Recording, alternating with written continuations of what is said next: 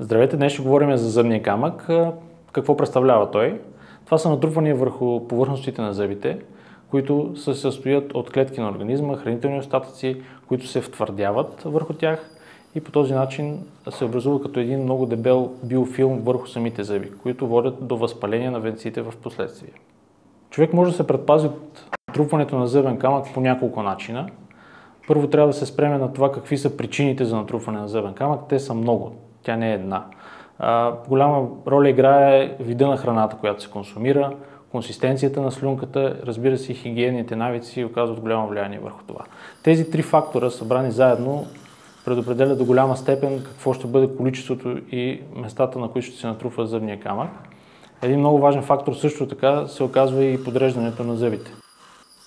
Това, което трябва да се знае за местата, на които най-често се натрупва зъбен камък, е по вътрешната повърхност на долните зъби отпред и в областта на шестите зъби в горната челюст, като това е обусловено от факта, че там се отварят слюнчните жлези, като долните са две, субмандибуларната и сублингвалната, а отгоре се отваря паротидната жлеза.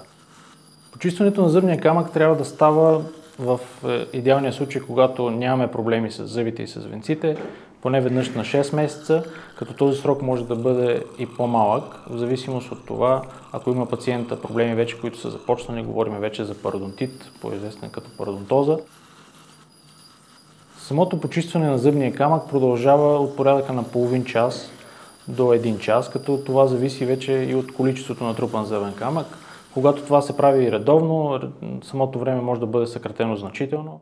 За почистването на зъбния камък използваме няколко метода. Съвременните техники са използването на ултразвук и на Airflow. Ултразвук е инструмент с остър връх, който трепти с ултразвукова честота, само се докосва до повърхността на зъбите, който разбива намиращия се там зъбен камък. Airflow работи с сода, тя е смесена с вода, като по този начин заглажда след това повърхностите на места, които ние трудно бихме могли да достигнем с другите наши инструменти. По време на самата манипулация е нормално да има кървене, тъй като най-често тъканите около зъбния камък са възпалени, те логично кървят доста по-обилно, понякога доста профузно. Така че ако по време на почистване на зъбен камък ви се случи да плюете кръв, да знаете, че това е нормално.